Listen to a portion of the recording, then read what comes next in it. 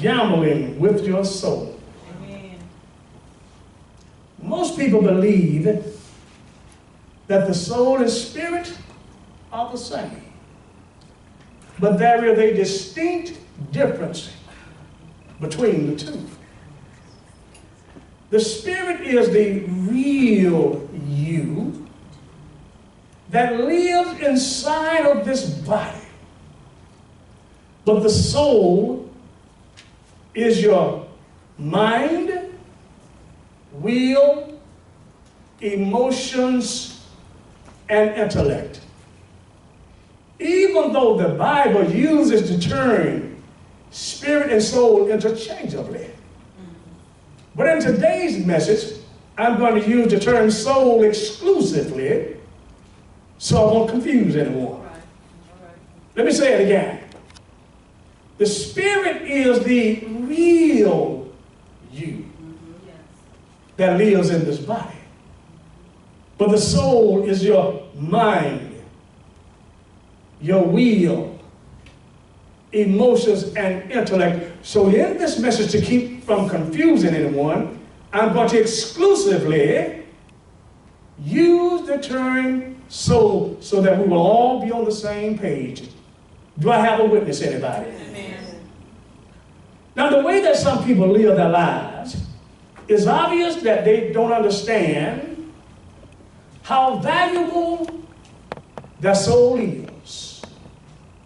Now, what makes the soul of a man valuable is that the soul is made up of some of the same material that God is made out of. The Bible says in John, the 4th chapter, that God is a spirit. And so, you are made a spirit. You are a spirit. You have a soul and you live in a physical body. So, your soul is made out of some of the same material that God is made out of. That makes you extremely valuable.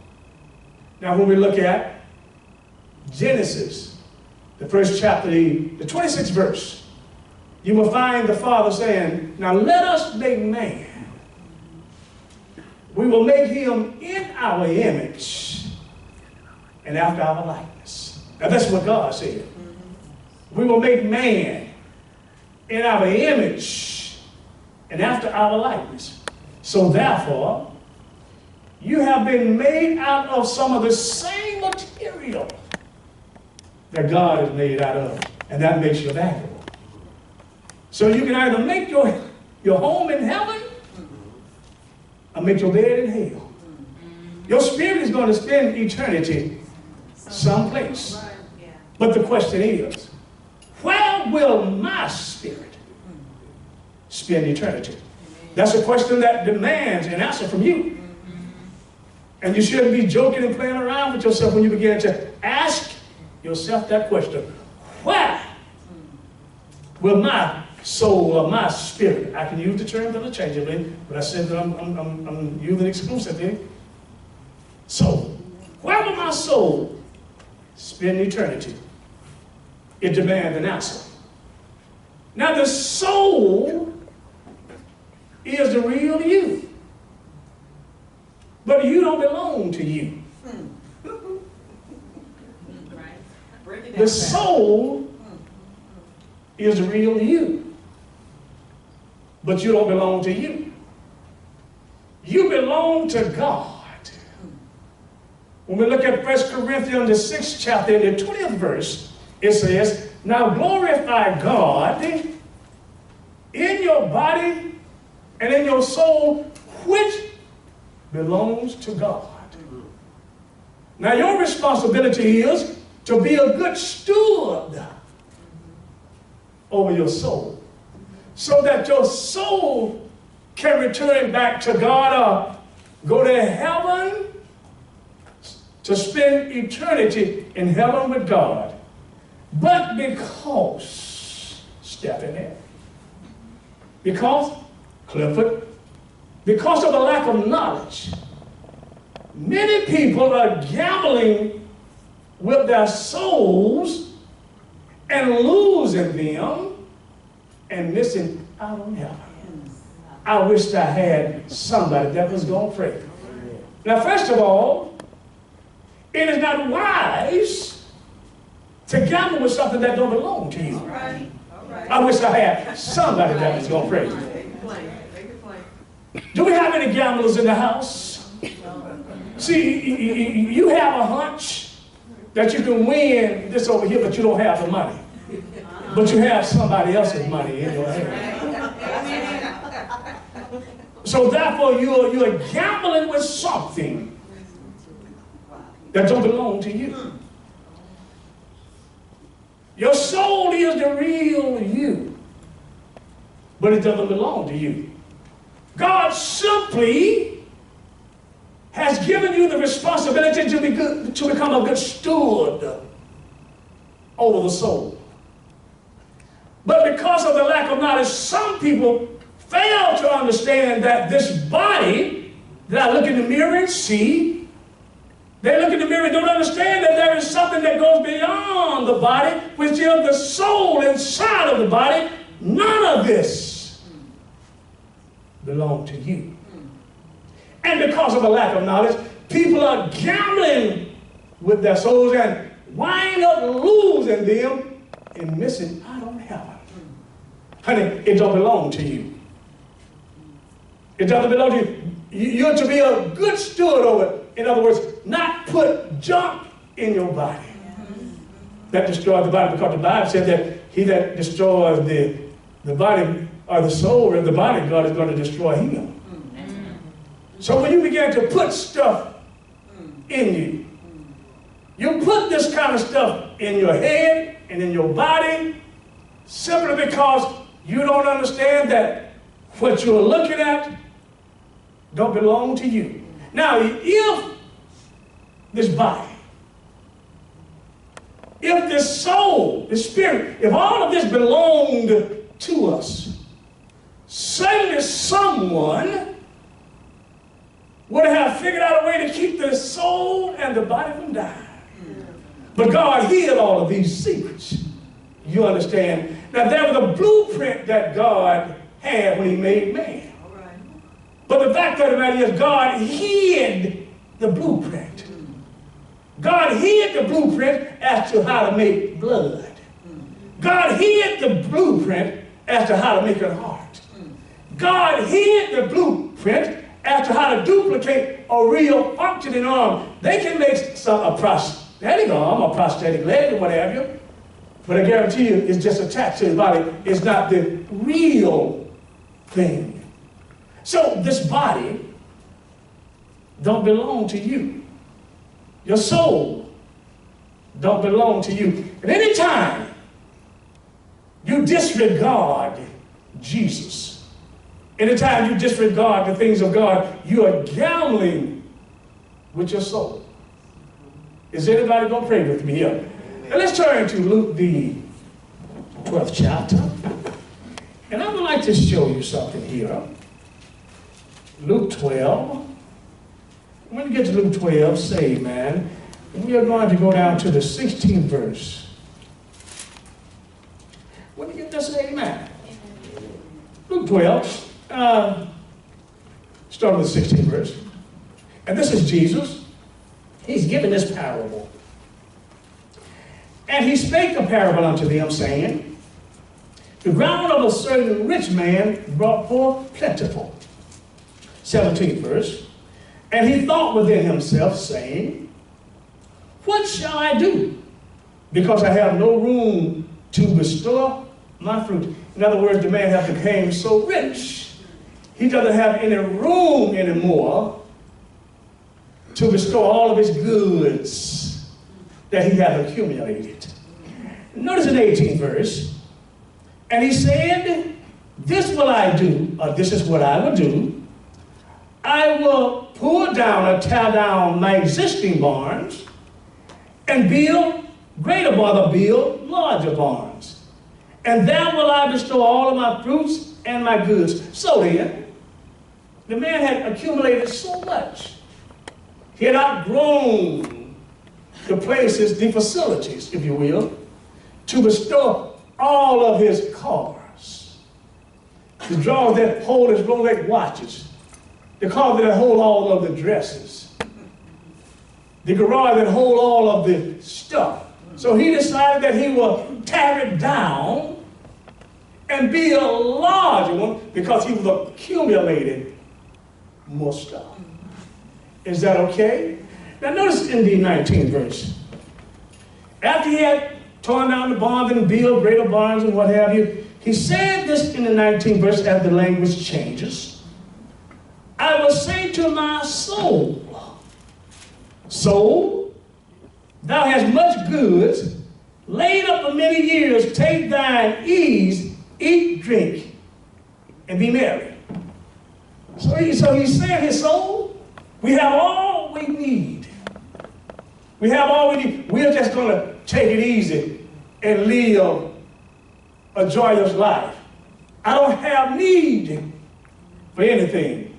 I have everything I would ever need that a man would want. I have any kind of car that I can drive. I can fly any place I want to fly. I can do anything that I want to do. But what this gentleman failed to realize is that he failed to take God into consideration. Now I want you to notice here what God said. Notice in the 20th verse. But God said unto him, thou fool. He called the man a fool. Thou fool, this night thy soul shall be required of thee.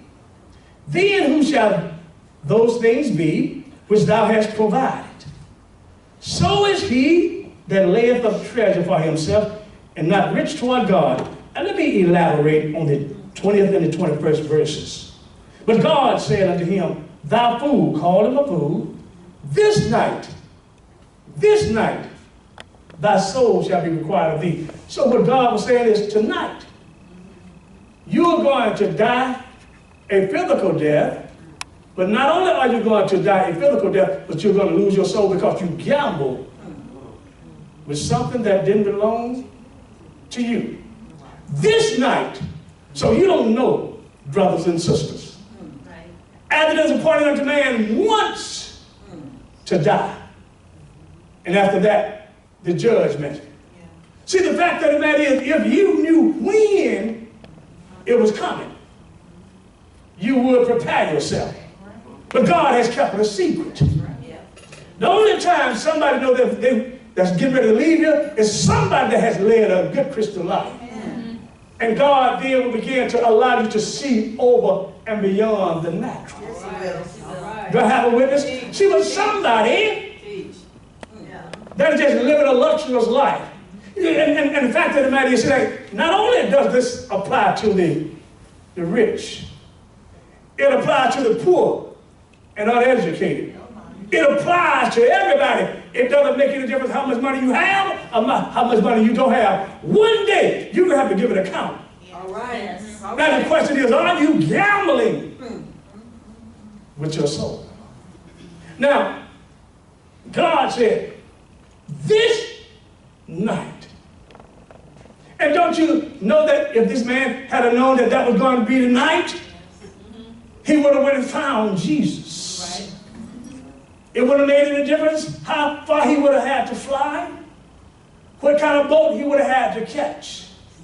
It wouldn't have made any difference how much money he would have had to pay. He would have went somewhere and found Jesus, because God said, this night, your soul shall be required of thee. And all of this stuff that you have provided, who is it going to belong to then?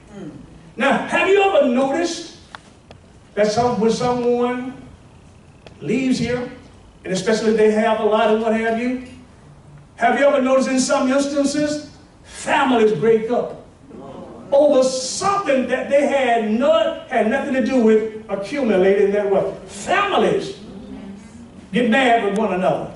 Families break up over something that belonged to somebody else. And God said that, now, when you leave here, all of this stuff that you have accumulated, who are they going to belong to then? So that is the time that your number is going to be called. You don't know when, you don't know where. But the fact of the matter is, you know within your very soul that I belong under God. Amen. So if my number is called today, I know where I'm going. Amen. I'm not in a hurry to get out of here because of the word that God has placed within my heart. Amen. I want to make sure that when I get to heaven and stand before God, I want him to say unto me, well done, good and faithful servant. In other words, I was, and you ought to be, a good steward over that what God has given you. What has God given me? He has given me a spirit, body, and soul, and commands me to be a good steward over it, but yet and still, he allowed me to make my own choices. Amen. Honey, don't let the choices that you make hang you. All right. All right. All right. Break it down. Every idle word that a man shall speak, he shall give an account on the day of judgment. Wow. Either your words going to acquit or condemn you. How in the world could that be? Because every word that you speak is being heard beyond what you can see. Yes. Yes. Wow. There is an awesome sound system that God has that you don't have to push one button. That hears every word. I'm talking about throughout history. Everywhere. Every word is being heard. Wow. Wow. Notice the last verse in the 12th chapter. Notice it. Last verse, the 21st verse in the 12th chapter. Not the last verse, but the 21st verse. So is he that layeth up treasure for himself and is not rich toward God. How do I lay up treasure for myself and not toward God? That means to live a life and never experience God. Mm-hmm. Did you not know that God in his wisdom said that I love man so much. Before I return back for my body, I am going to make sure that the gospel has been preached over every continent, every nation, every country, every city, every state, every nook, every credit. I'm going to make sure that my word has been preached everywhere so people can make an intelligent decision. And so, when you hear the word, of God, and you decide that I'm not going to do that, I don't believe that that's true. Did you not know that then you are gambling with your soul? You are gambling, and next thing you know, okay, when you look at this thing, it always seems like stuff is happening to somebody else. You know, when it comes to death, it's always somebody else. It could be a sister. It could be a brother. It could be a husband. It could be a wife. But one day, it's going to be your turn. See, one day, you can't buy your way out of this. See, one day, it's going to knock on your door. Right. Amen. And the fact of the matter is, have you laid up treasures that will get you beyond this natural world which we live, so that you can be on the right side of Almighty God? Right.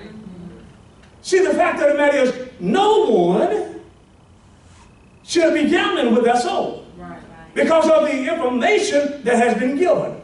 Yes. We live in a time now where we can go home and hear messages on YouTube, messages on the computer, messages on television. We can hear the word of God at any time that we want to. So we have the information. See, but what you are doing, you're betting on a hunch. Now you keep using the term hunch. What does hunch mean? Hunch means a deep feeling that you have for something that is possible to happen in the future. You have a deep feeling that I can win that $1,000. I have a hunch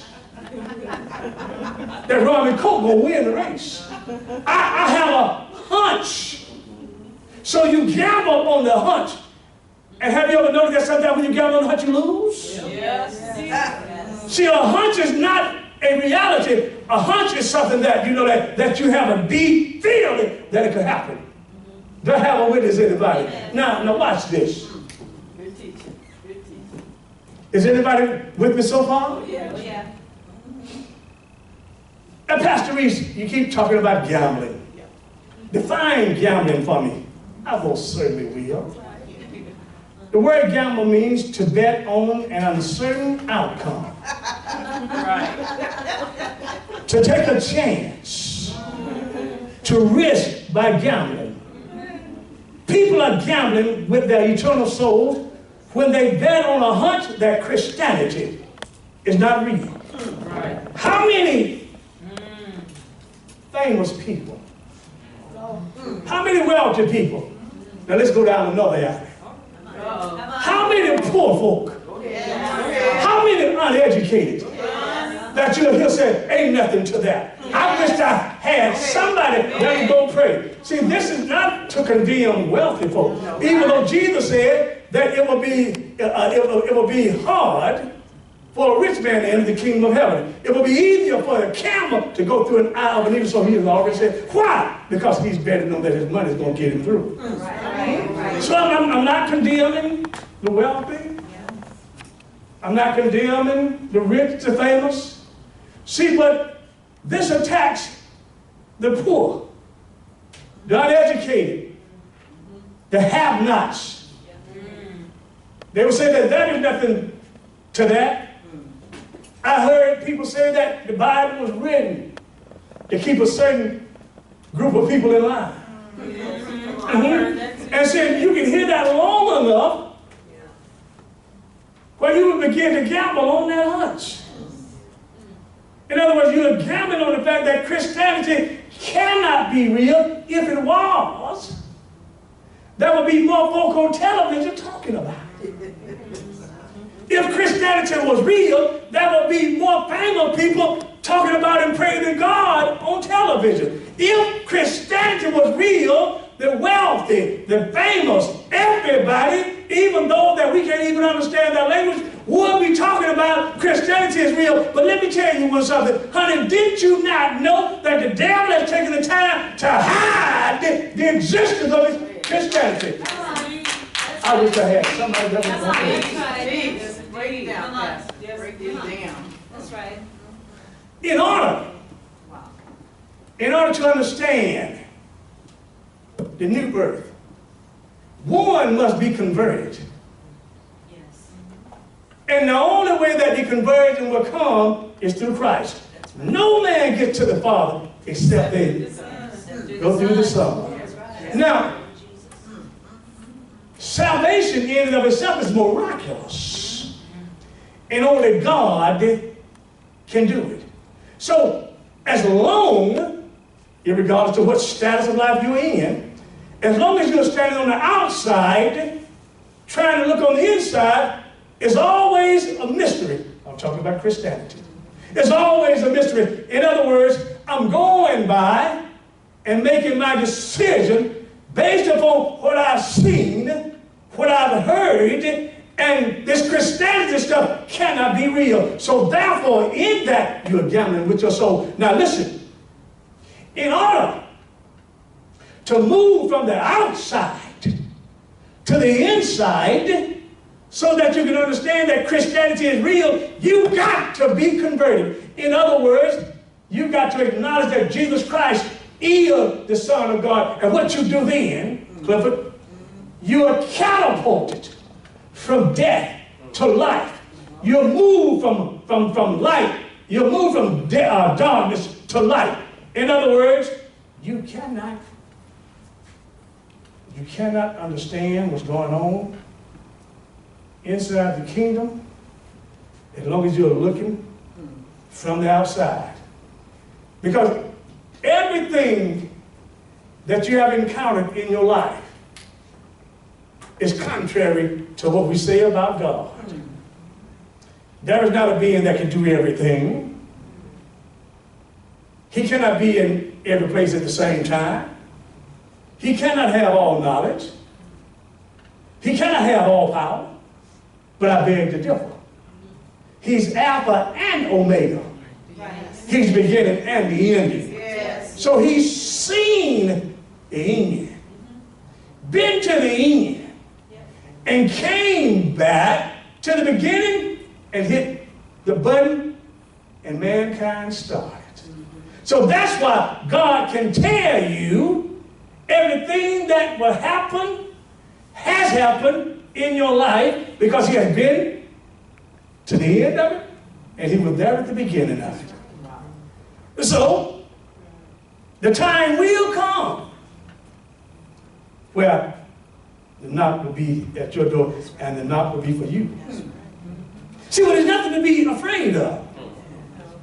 It's an unknown to you, but we see it happen all the time. So, honey, please don't be afraid. Please don't be fearful, because when you shut your eyes, you're going to wake up. And you're going to be in the arm of the Lord. That is, if you haven't gambled with your soul. Do I have a witness, anybody? And so the devil now is betting on you, gambling with your soul. He ain't got nothing to lose. But you have everything to lose, and that is your eternal soul. But honey, once again, I say this. It don't belong to you. How many in here think that they belong to themselves? Now, I tell you what. If you were out in the midst of people, there's a lot of people and what have you, and you pose that question, say, do you belong to yourself? I say, sure, I belong to myself. You know, and my next question will be, well, you know, will you be able to stop yourself from dying? So obviously you belong to somebody else that's greater than you. That's right. Amen. That would be one thing that mankind must stop. Man, don't you know that if I could stop myself from feeling bad, I would? Yes. You know, it's something about age. Oh, my goodness. Come on. It's just something about how I walked around through the house yesterday and I started smiling. I said, I don't feel like I used to do when I was 25 to 30 years old. See, my knees wasn't aching me when I was 25 years old. I could run up and down a basketball court now all day and just barely make a sweat. But honey, I get tired sitting looking at them. I get the sweat and hadn't went up the court one time. I'm sweating. My heart beating fast. But if I had the power to control all of that, I would. But honey, that power was not in my hands. The only thing that I have to change that is my belief in God. He said, call me, and I will answer you. I will show you great and mighty things that thou knowest not. I'm the way, I'm the truth, I'm the life. Nobody's going to get to the Father except they stop and talk to me. I don't care what nobody says. You ain't getting to the Father until you stop by and have that conversation with Jesus. Jesus is the bridge. I got to go across the bridge in order to get to the man. Amen. Is anybody going to pray with me? Listen to me. Life lessons ought to have taught you not to gamble with something that don't belong to you. Because in the end, if you lose, it's going to be very costly to you. So gambling with your soul, if you lose it, let me tell you what's going to happen. It's going to carry you farther than you want to go. It's going to keep you longer than you want to stay. It's going to cost you more than you want to pay. Now, are you ready to pay all of that? No. No, sir. If you lose it in the end. And God is making sure that he provides enough intelligent information so that you will be able to make an intelligent decision. This soul do not belong to me. I'm to be a good steward over it so that I can return back to God. Now notice I said back. I just didn't say return. I just didn't say go to heaven. I said returning back. The reason why I say returning back is because initially you came from God. The spirit of the soul in me, I said I'm going to use the term soul, exclusively. So the soul is going to return back to where it came. And because your body was made out of the dust of the ground, when it dies, it's going to go back to the dust of the ground. But listen to me. That part of you which is your soul is not going to die. Your spirit and your soul are not going to die. Now, I don't know why people, they skirt around the subject. It's almost like they don't want to talk about it. My spirit, or my soul rather, is going to spend eternity somewhere. All right. And most of the time, you hear what I'm talking about now at a funeral. Because people don't want to offend anyone. But I want to say this, everybody funeral that you have gone to or will go to ain't going to heaven. See, first of all, you just about know at the funeral, or you have known the person, you just about know. See, but the preacher trying to be cool, I understand that. What I do when I'm preaching a funeral, now, unless I know the person, I give us a good salvation message. And see, I never had anybody question me why did I preach it that way. If they do, I'll tell them. I said, I didn't know brother so-and-so. I didn't know sister so-and-so. So therefore, in order to say something to offend somebody, have them calling me a false prophet, I just stayed away from it. Everybody that calls me Lord, Lord shall not enter the kingdom of heaven, but he that does the will of my Father. And so you ask the question, why then is the devil so busy trying to mess with us and do all of these things to us and what have you? See, but what you fail to understand how valuable you are. If you're valuable to God, the devil understands that, and the devil don't want you going to a place where he was kicked out of. That's right. He knows the opulence. He knows how beautiful it is. He knows what's up there, and he want to keep you out of there, and he wants you burning with him. Right. No. It's unfortunate. I know people don't want to hear that, but somebody ain't going. They can say, I'm turning this off. I don't want to hear this, man. Somebody can be on YouTube and say, I'm turning this off. I didn't want to hear this. But honey, listen. Just because you turn it off, you didn't turn the situation off. All right. Just because you turn me off, I'm just a messenger. You got to get killed, the one that sent the messenger, and you can't touch God. Amen. You can't touch that. Amen. Oh, you can turn it off. But all you did was click the button. But the reality of the situation is, you're going to give an account. And the fact of the matter is, when you deny, and we come into contact with people like this every day, when you deny that Jesus is the Son of God, what you're doing, you're betting on a hunch. Now, listen to me. Listen to me. I want y'all to listen to me very carefully when I say this. If I wind up missing heaven, I want it to be because I made the decision, not because I listened to Pookie, because I listened to Ray Ray, and just because I listened to Jamaica. I won't, if I get to wind up, I won't be in hell for all eternity trying to be mad with somebody that I listen to. If I wind up, I made the decision to miss it myself. All right. Check the information out for yourself. Yep.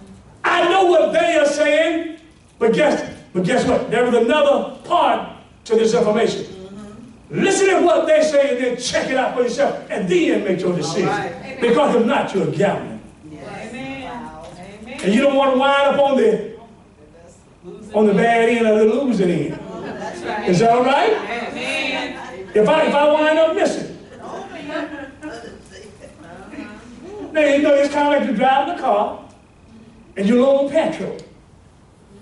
And you know you got somebody else in the car with you. And you say, well, I should stop and get some gas. They say, well, no, man, don't stop and get it. We can make it. We can make it. And then you wind up 3 miles down the road to give out of gas. See, you mad now with him. When you should have stopped at the gas station that you passed by. So if I'm going to miss it, I'm going to miss it on my own. Give the Lord a hand to somebody.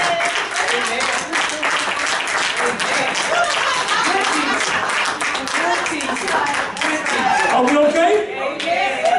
But I said, it'll carry you farther than you want to go. It's going to keep you longer than you want to stay.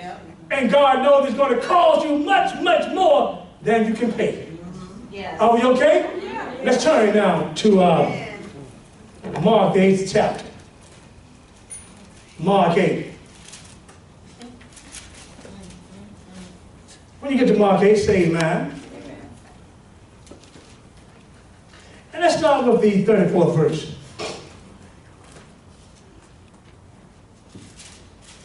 And when he had called the people unto him, this is Jesus, with his disciples also, he said unto them, whosoever will come after me, let him deny himself and take up his cross and follow me.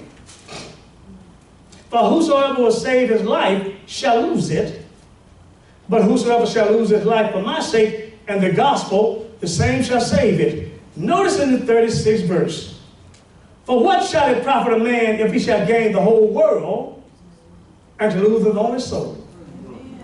Or what shall a man give in exchange for his soul? Whosoever therefore shall be ashamed of me and my words. Somebody that's being ashamed of the words of God is somebody that really don't want to talk about God in public, or somebody that simply don't want to listen to the word of God. So, whosoever therefore shall be ashamed of me and my words in this adulterous generation and sinful generation, of him also shall the Son of Man be ashamed when he cometh into the glory of his Father with the holy angels. Going back to the 36th verse. What shall it profit a man to gain the whole world, but to lose his own soul? Or what shall a man give in exchange for his soul? And so, since I've explained to you that your soul is so valuable, and the reason why it's so valuable is because you're made out of some of the same material that God is made out of, what will you accept in exchange for your soul? What? I mean, like, how many cars? How many houses? How many Rolex watches? How many, what's called a Louis Vuitton? How many, what's called a person? Louis Vuitton? How many Louis Vuitton purses? You know what I'm talking about, ladies? Yes, I know. Don't be mad at me because I don't really be looking at purses. So if I get the name messed up there, you'll forgive me. I don't look at purses. But what will you give in exchange? What will you accept for your soul? Did you not know that there is not a system in the world able to duplicate or calculate the cost of a man? That's right. But here you are gambling with something that don't belong to you. That's why you're going to stand before Almighty God. Every knee shall bow. Every tongue shall confess that the Lord is God. Yes, he is. Understand, y'all, that they say that there is no such thing as that. There is no such thing as Christianity. There is no such thing as going to heaven or going to hell. There is no such thing as all of that. But are you willing to gamble with your soul? Now, I was so enough hate. Man, after I had made those derogatory words and going home and bam, something happened, and I wake up and there Jesus is. He walking with a white robe on. Angels in the background. We go say, well, what will you have to say then? See, because first of all, your money's left back here. That's right. He won't be bribed. He won't be bought. He will not be coerced. Because you lost on your hunch. Yes, Lord. Wow. If I miss it, it'll be because I made the choice to miss it. And I won't have to be mad with nobody else. Are we okay? Yes, sir. Yes, we are. Let's turn into Proverbs 8. That's Proverbs 8. When you get to Proverbs 8, go down to the 32nd verse. Proverbs 8, 32. I'm going to give you just a minute to find that. Now therefore, hearken or listen unto me. O you children, for blessed are they that keep my ways. Hear instructions and be wise, and refuse them not. Blessed is the man that heareth me, watching daily at my gates, waiting at the post of my doors. For whoso findeth me findeth life, and shall obtain favor of the Lord. But notice in the 36th verse, but he that sinneth against me wrongeth his own soul. All they that hated me love death. You see that word? All they that hated me love death. He's not talking about there a physical death. He's talking about the losing or the loss of one's soul. All that hated me wrongs his own soul. Because you hated him, you made your decision on the wrong information. In other words, you gambled on a hunch. In other words, you listened at the real, intelligent, articulate person that had the large platform, and he stated emphatically, there is no such thing as heaven. So from that day on, you decided, there is no such thing as heaven. But what you did then, you started to gamble with your soul. And guess if you're going to wind up losing it. Let me read that verse one more time, the last verse. The last two verses, 35 and 36. For whoso findeth me findeth life. You already living, so it couldn't be talking about this life, is it? That's right. What life are we talking about? Eternal life. For whoso findeth me findeth life, and shall obtain favor of the Lord. 36th verse. But he that sinneth against me wrongeth his own soul, and they that hate me love death. It's talking about life and death. Neither one of them is talking about physical life, neither one of them is talking about physical death. It's talking about eternal life, and it's talking about eternal death. That was the second death. Have anybody here ever heard of the second death? The first death is to die naturally. Oh, let me put it this way. The first death is before you got saved. That's before you got born again. You were dead spiritually. Okay? And the second death is when you die, okay, and you miss heaven, okay, and when you are banished from God for all eternity. That's the second death. You experienced death before you got saved, and you're going to experience natural death, okay? And if you don't find God, you're going to experience death again. Are you getting this? But you can avoid all of that by simply making the right decision. Are we okay? Yes. Let's turn to the book of Matthew. Book of Matthew, the 7th chapter, when you get there, say amen. Matthew 7, start with the 13th verse. Enter ye in at the straight gate, for wide is the gate, and broad is the way that leadeth to destruction, and many there be which goeth thereat. Because straight is the gate, and narrow is the way which leadeth unto life, and few there be that find it. My question is, which road are you on? Are you on the narrow gate that's leading to life? Are you on the wide road that leadeth to destruction? That ought to be a question that you ask yourself and demand the right answer to come out of you. Am I on the right road? Well, I heard somebody. It's not about what you heard. What do you believe? All right. Because if you're going to wind up in the wrong place or the right place, you want to be the one that made the decision to get there. Yes. Notice it says in the 14th verse, because straight is the gate and narrow is the way which leadeth unto life, and few there be that find it. Think about Christianity just for a minute. Think about Christianity just for a minute. Think about Christianity just for a minute. That road is narrow, isn't it? And very few people find it.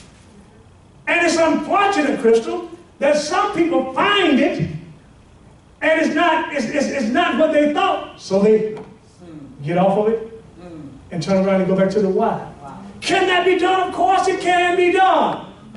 God didn't take your decision making from you. But listen to me. If you're heading this way on this straight and narrow, if you decide to turn around and go back, let it be your decision. Because you don't want to be mad for eternity at somebody else. I should not have listened. I should have listened to that preacher. We are more than mud splashers. Amen. We are more than false prophets. We are more than someone that just to marry and to bury. As a matter of fact, the anointing gives sometimes you an insight as to what God is thinking. Amen. I have his Bible. I know what he's thinking because it's in the Word. And somebody said, well, you can't know what God is thinking. How come? I can't? He gave me the Bible. Go ahead. Well, the Bible said, his thoughts are higher than our thoughts, his ways are higher than our ways. I'm able to think his thoughts because he gave me the Bible. And not only that, God knows a whole lot more than what he put in the Bible. And sometimes God will give you Yes, he will. a revelation. Yes, he will. Yes, Yes, he yes, will. he Yes, he will. Wow. That will be a blessing to you and somebody else. Amen. Let me say this. No man gets to the Father except they go through Jesus. Now let me close by saying this. Gambling with the soul is done by anyone that refuses to make Jesus Christ the Lord of their life. That includes the poor, the uneducated, the rich and the famous. If you don't know Jesus, you are gambling with your soul. Do I have anybody here? Do I have anybody here